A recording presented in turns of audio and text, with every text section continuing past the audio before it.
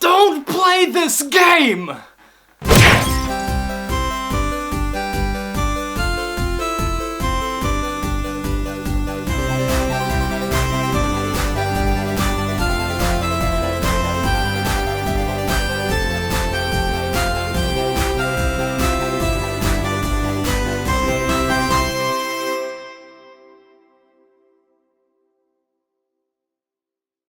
Remember the time when the Nintendo Wii was about to get released? Remember being excited for those sweet-ass games with the awesome-looking motion controls? Remember wanting to drink a whole gallon of Clorox bleach? The year is 2006 and the Wii was the new hot shit in town. We were all ready to experience the world of amazing motion controls, and we all knew that the launch titles for the system would bring us in the right path. Twilight Princess, WarioWare, Excite, Truck, and stay away from this game!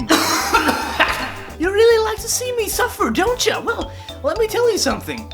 You succeeded! Remember when I used to say that Shrek for the Xbox was the worst fucking game that I played for this show? Well, Red Steel is the new champion. Out of all the frustrating games that I played in my entire life, Red Steel is the worst one out of the whole bunch. I'm not kidding. I felt actual physical pain while playing this. Stupid motion controls. So if you are one of the very few people who actually like this game, I'm sorry, but I'm gonna be shitting on this game so goddamn hard. So this game was developed by Ubisoft, and like I said, it was a launch title for the Nintendo Wii, and its primary objective was to show off how first-person shooting and sword combat would work with the Wii's motion controls.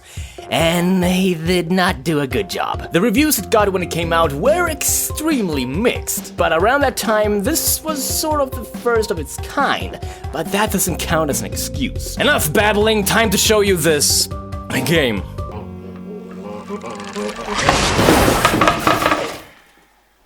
So Red Steel, god, I did not know what I was getting myself into. This game is a stage-to-stage shooter with awkward aiming, frustrating sword fights, and occasional rage-inducing deaths. After this part, which I can only describe as calibrating your Wiimote, you're getting thrown into the story where, much like Sonic and the Secret Rings, the cutscenes are mostly displayed as drawings.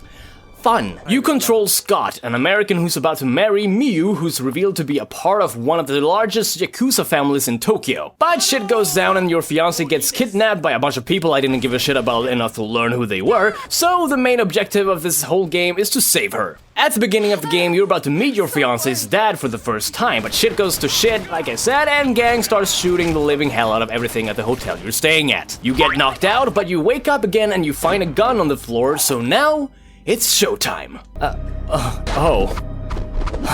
This is going to be fantastic. Yeah, the first thing I noticed once I was able to move around was that the controls were completely broken. Not because the buttons are stupid or anything like that, but mostly due to the fact that the controller stops working for about half a second within the span of a few seconds. You see the sights spazzing out every now and then? Yeah, that's when it happens. Everything stops working when that happens, so you just randomly stop in your tracks and everything you're doing comes to a halt every 3 or 4 seconds. This is one of the biggest reasons why I had such a bad experience with this game, and I wanted to make sure that it wasn't my controller being stupid, so I tried another FPS for the Wii and it worked completely fine. So I looked things up and apparently this is a common problem with this game. The controller's just glitching out without a reason makes this game almost near to unplayable. But that is not the only reason why I don't like this game. The way I had to position myself with my controllers most of the time made my arms extremely tired. You know when you're doing the air chair exercise and you're just trembling trying to endure it, or if you're raising your hand wanting help from your teacher but she never fucking comes up to help you so you're just sitting there. Yeah, that's how it feels to play this game. Because if you don't hold it like this, then your character will just spin around like a fucking idiot. And moving around is also a kick in the balls. When turning around a corner, you're forced to point your Wiimote to either side of the screen to turn around, but you're also walking at the same time. And if there happens to be any enemies around that corner, then you'll have to adjust your sight trying to shoot them. But if you do, then you stop turning around, so it becomes extremely awkward trying to get yourself back into position. It's like carrying something like a box into your room and you're struggling to get inside through the door because you're trying to figure out how to hold your box while walking inside. That's how it feels to play this game. Being a shooter, there will of course be a variety of weapons that you can use, everything from pistols, Uzis, assault rifles, and shotguns. And let me tell you, if you're having the same problems as I did with this game, then you'd want to stick with the shotgun for as long as you can. It's easier to kill enemies in one shot since your aiming is already completely fucked up. The ones that you would want to avoid would be the assault rifles. Whenever you use one in the game, you would pretty much lose all control of what the hell you're doing. There are also sniper rifles that you'll have to use at times. They're not really that hard to use, but it can be a pain in your ass to zoom in and find your target. This is also one of the very few times where I'm actually happy that this game has regenerating health. When in a room full of enemies, you're basically just trying to get around and shoot their sorry asses. But sometimes, while you're going at it, more enemies show up without warning, and they can pop up from any fucking where. An arrow shows up on the screen indicating that you're getting shot from that direction, but most of the time the game is just freaking lying to you. You turn around wondering who the fuck threw that snowball at you, and then BAM! You're dead because they happen to be on the complete opposite side! I wonder if I can use this car as a platform. Oh yeah, if you shoot the cars, they'll explode. Where the fuck do I go? The level design? Well, it's linear, similar to that of GoldenEye. You do get a bunch of stupid objectives, like getting a keycard to unlock a door or something, but most of the time you just have to get to a certain point of the stage. As long as you find enemies storming out like chickens, then you're fine. Don't shoot, man! It looks like this guy is having some problems. Oh, wait, he's going back to normal. Oh, no, never mind. Sometimes when progressing in a level, you're forced to engage in sword combat.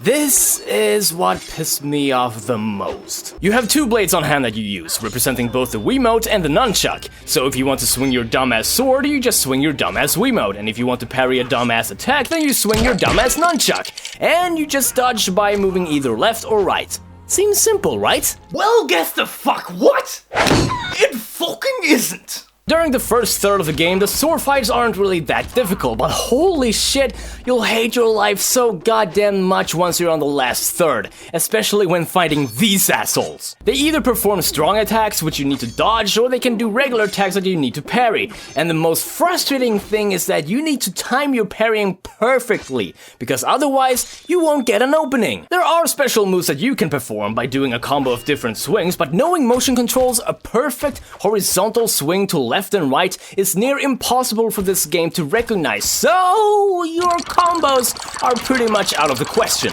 Flinging your Wiimote around like an idiot helps at the beginning of the game, but here you need to have full concentration, because most of the time you'll be sitting there doing the same thing over and over and over and over again until you finally get an opening.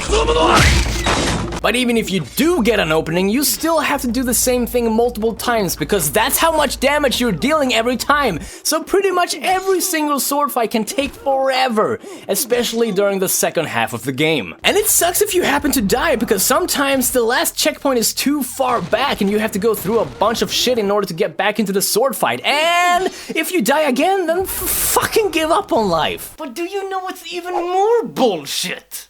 Remember when I said that the controllers glitch out every 4 seconds? Well, that also happens during sword fights, but this time you won't be knowing that they're glitching out, because your sight is gone and you can't move around freely. So that can also fuck up your extremely rare opportunities. Send help, please!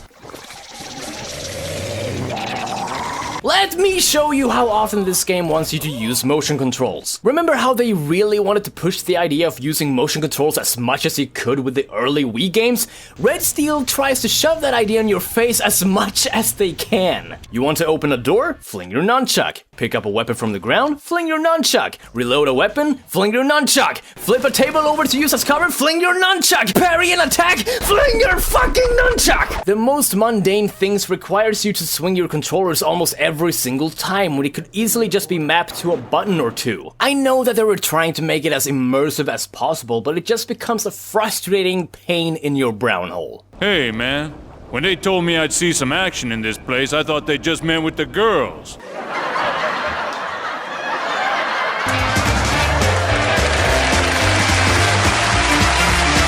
Alright, I just have to find the right door in this hallway and... This is a weird-ass spa. There is a convenient little feature that you can do. If you fill up this little bar over here, then you can enter focus mode. By shoving your Wiimote forward, everything will freeze and you can mark your enemies, either killing them or disarming them. And then BAM BAM BAM! This is honestly a very helpful ability. It's high noon. Throughout the game, you will be receiving something called respect points. Depending if you perform special attacks, disarm your enemies, or spare the lives of the opponents in sword fights, you will be gaining more and more respect. Since I sort of knew that it was important to get as much as possible, I spared the lives of everyone. Except for the assholes by the end of the game, because I got fucking furious and just wanted to see them die over and over and over again. They also kneel before you if you show them mercy.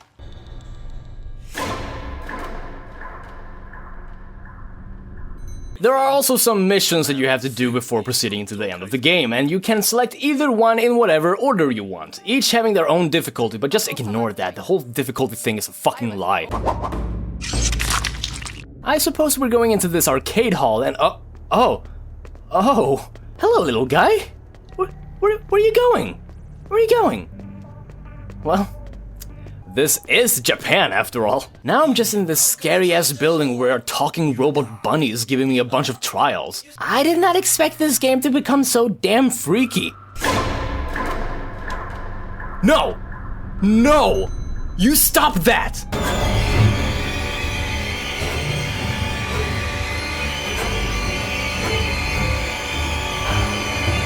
Waluigi, save me!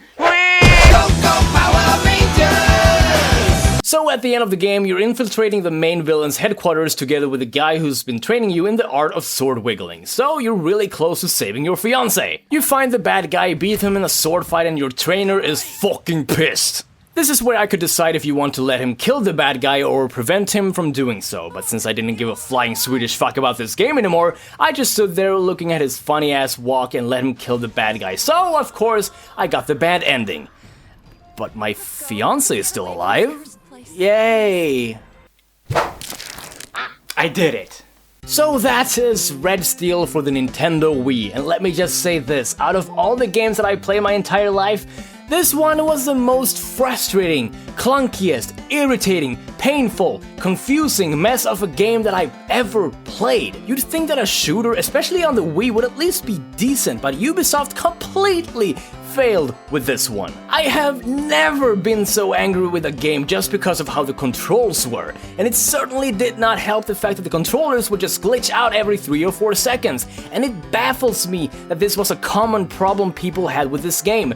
There is absolutely no excuse for how they overlooked this matter. Even after all the faults this game had, it still managed to sell over 1 million copies. Is there anything positive I can say about this game? The only thing that I can give them credit for is that they hired actual Japanese actors to voice the characters in this game. But other than that, there's nothing else I can say. I will never touch this game again. And neither should you. This is without a doubt one of the worst games that I've played in my entire life. So don't buy this game or whatever the fuck, unless you fucking hate your life or something.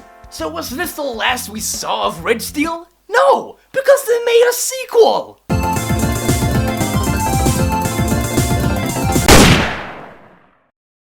Hey guys, thanks for watching. If you liked this video, then be sure to like it. And don't forget to hit that little subscribe button as well. Make sure to follow me on Facebook and Twitter, especially on Twitter, as I'll be posting news, updates, and other random shit. And don't forget to join our Discord group as well. And if you want to go the extra mile of helping me and my channel out even more, then you can check out my Patreon page. There are some sweet-ass rewards that you could get, so please check it out, because it really helps me out. Link is in the description.